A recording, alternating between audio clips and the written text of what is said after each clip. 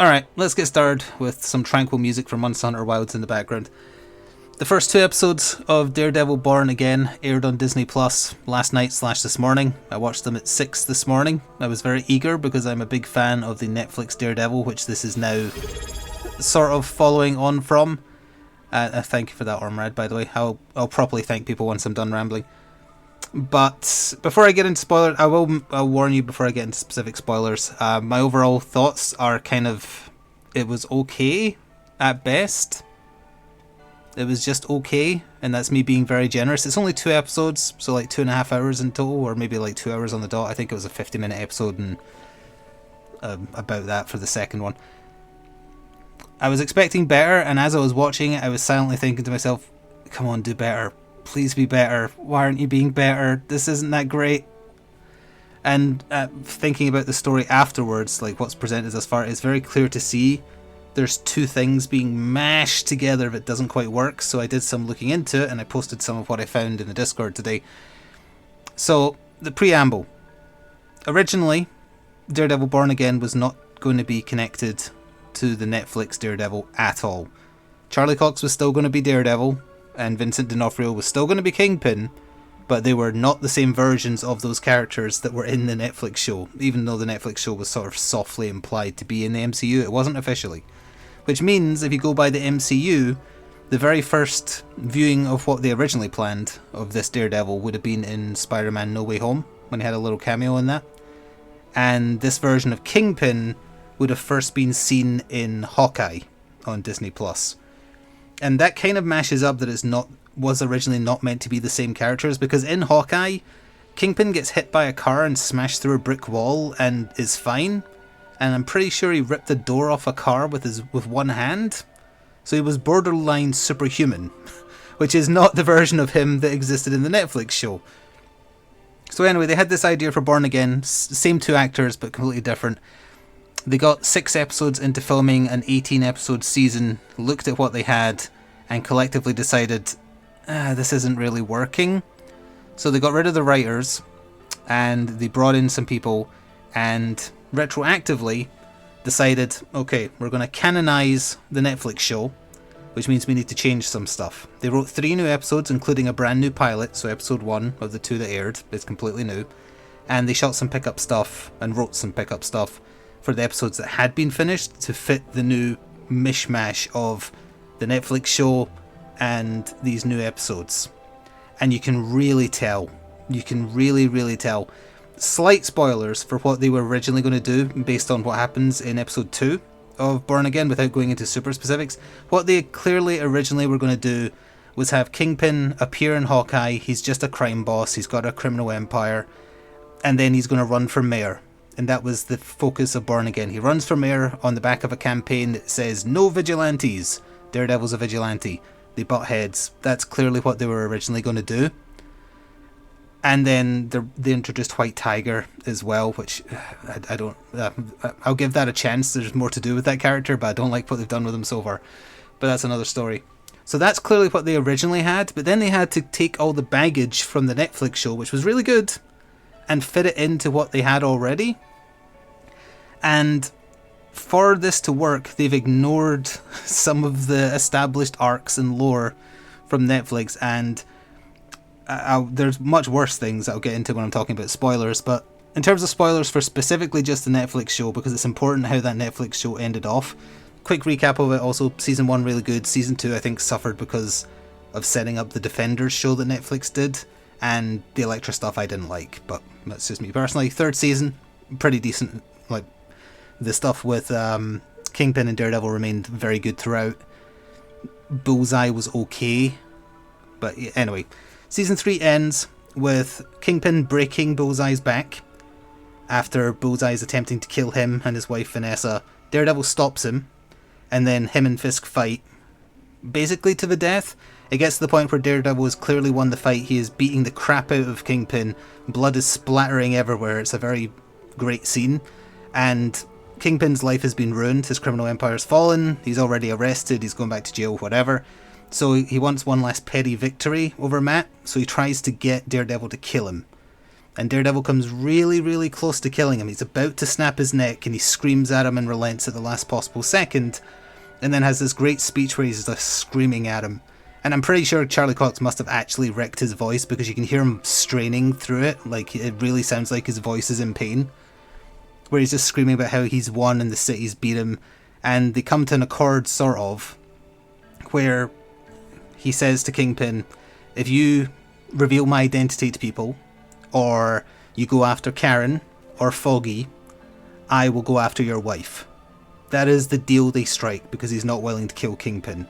And then he leaves, and that's where season 3 ended off. And there was an after credits scene of Bullseye getting surgery on his back, and then his eyes kind of had crosshairs. It wasn't a good after credits scene. I think they were implying he had special powers. That's not going to be super relevant, at least so far. And that's where season 3 ended off. Cut to Born Again, and a completely reshot pilot episode now with all that in mind. And now we're going to get into spoilers. So if you care about it, you're going to not want to listen from this point on. The pilot episode looks like the old Netflix show as much as they could, which is not the same that can be said for the stuff they'd already shot. It has a completely different feel. I'm pretty sure the offices they're using for Matt's new law firm is probably a She-Hulk set, but either way. It opens with Matt, Karen, and Foggy drinking together at that bar, or a recreation of that bar from the Netflix show anyway. And then they get a call about a witness that Foggy has been protecting, and he says, oh no, someone's trying to get in, someone's trying to get after me. So Matt goes as Daredevil to go try and save them, and he's still listening to the conversation with the super hearing as he's leaving via the rooftop, and he hears the witness say, oh, he didn't want me, he wanted to know where you are. Sorry, I told them, something like that. So then he hears a rifle get cocked. He turns around, he uses his baton zipline thingy to try and get back quickly. And this is where Disney are being pretty scummy. And I understand why, I'll get to that in a second. Because they had an interview, like they kept on posting pictures of the production of, look, here's the 3 characters from Netflix back together again. And interviews with all the cast. Well, 7 minutes into episode 1, Foggy gets sniped in the heart and dies. By Bullseye.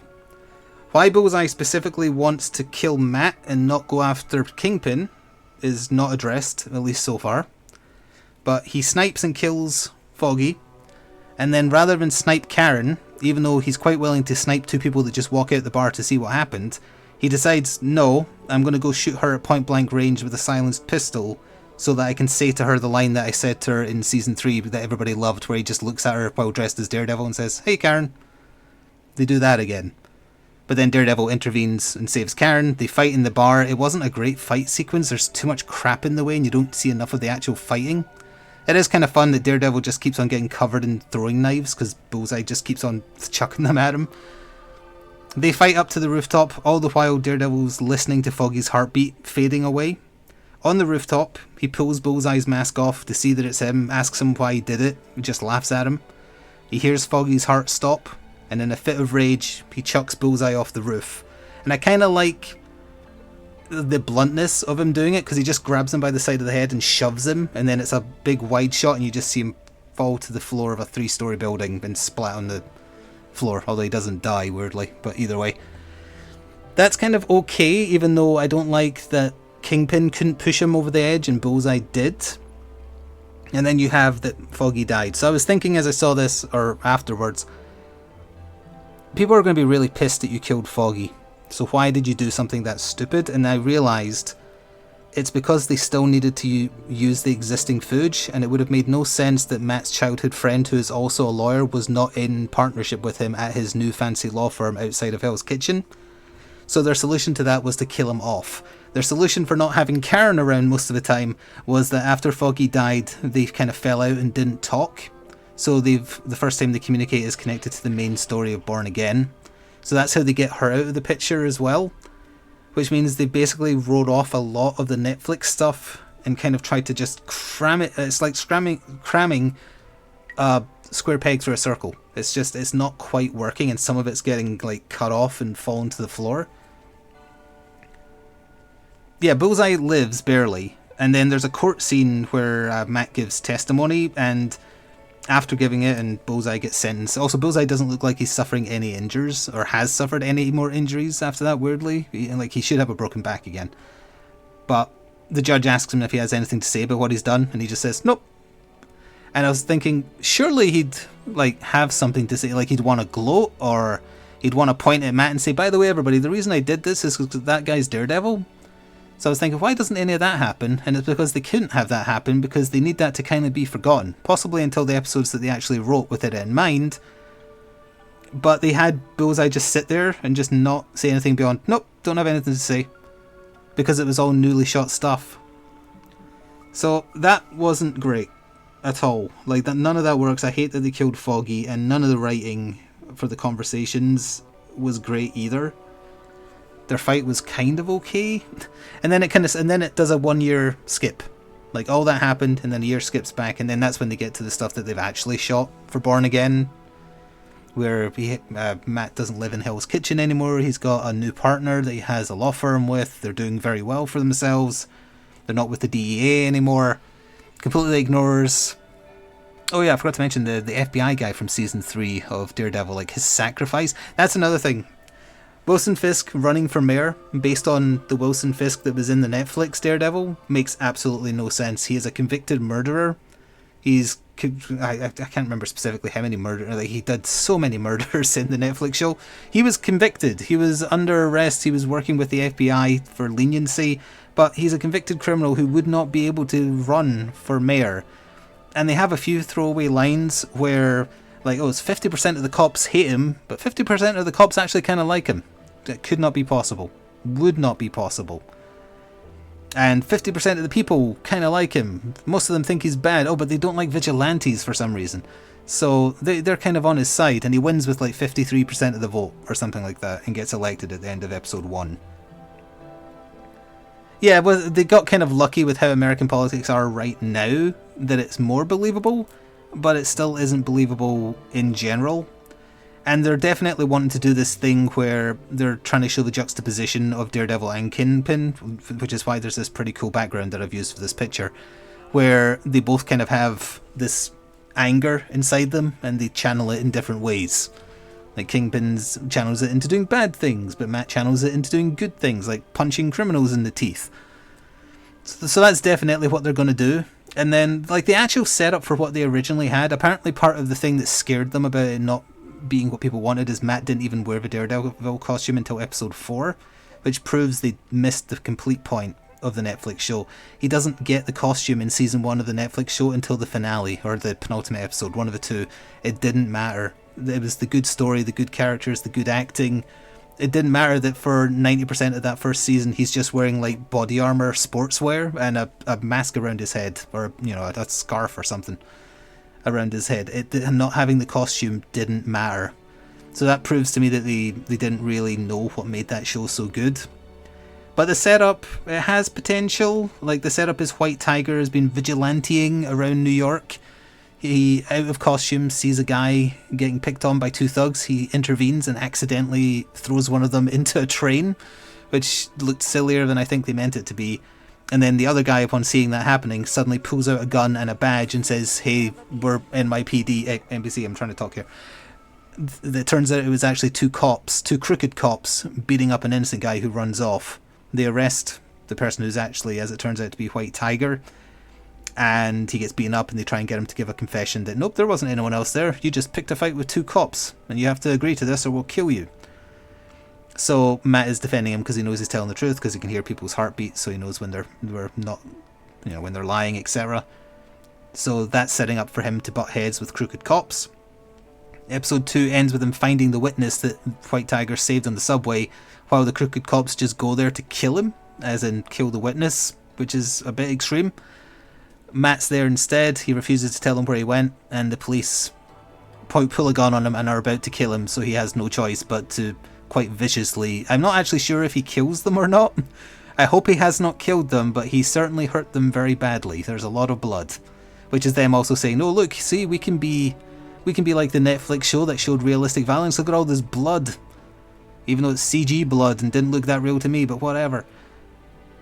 So that's where episode 2 ends off, with him just kind of screaming in anger that he had to lash out and beat up or kill those crooked cops while the witness got away. That's setting up a fine enough story, I guess, but the story completely falls apart for Matt and Kingpin specifically if you think they are the Netflix versions of themselves. There is no way the Netflix Kingpin would get into the position he's in, killing Foggy off and keeping Karen, like, she moved away, is what she says when they talk briefly, just so they can use what they already filmed, is not great. It doesn't have the same feel, the writing isn't as deep and snappy. And they've done a lot of pickup shots where they do it in the style of a blogger who's related to the reporter that Kingpin kills in brutal fashion in season 1 of the Netflix show. And she's doing like an internet blog, so there's a lot of like shaky cam interviewing people. What do you think about Mayor Fisk? What do you think about vigilantes? None of that works for me. I didn't like any of it. Overall, I wouldn't have said, like, I'm not going to not watch the rest. I'll watch more and see where it goes, but I don't think it's going to be that great. And I think any kind of in-depth look at the plot from the eyes of this is season 4 of Daredevil, not season 1 of a new thing, will completely make it crumble. It's just, it is not the same. It is not the same characters, it's not the same people, it's not the same place. And sadly, it will not work, unfortunately. Also, just as a random aside to end on, I posted one of the trailers that Disney did the other day in Discord. I did it yesterday, I think. The reason I did that, I don't think anyone noticed. Watch it, and it has a bunch of like 4 stars from so-and-so, 5 out of 5 from etc. Go back and look at that trailer I posted. It's a pretty good trailer, all said and done. It's mostly using footage from the reshot pilot, for the record. Look at the credits of who has said the quotes and the 5-star ratings that they're quoting from. I don't know if they're people, YouTubers, blogs, TikTokers. One of them was called like Black Girl Magazine Nerd or something like that. It's like, who did you canvass to get these reviews? I didn't recognize any of them. I thought it was very strange, and that made me worried. It was like, oh, you couldn't find any like well-known sources to give this show a good review? That doesn't bode well. People really liked the Netflix show. Why are you screwing this up? I wanted it to be good. And based on episode 1 and 2, well, it was originally going to be 18 episodes. It is now 2 seasons split into 9 episodes, with the other 9 episodes filming now and airing next year. Already know from the trailers they're going to be bringing Paul Bettany back as the Punisher, so they might do some good stuff between Matt and the Punisher.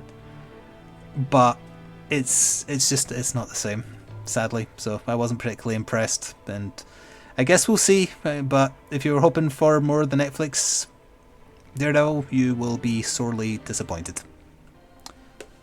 And I think that's about all I wanted to say about the first 2 episodes.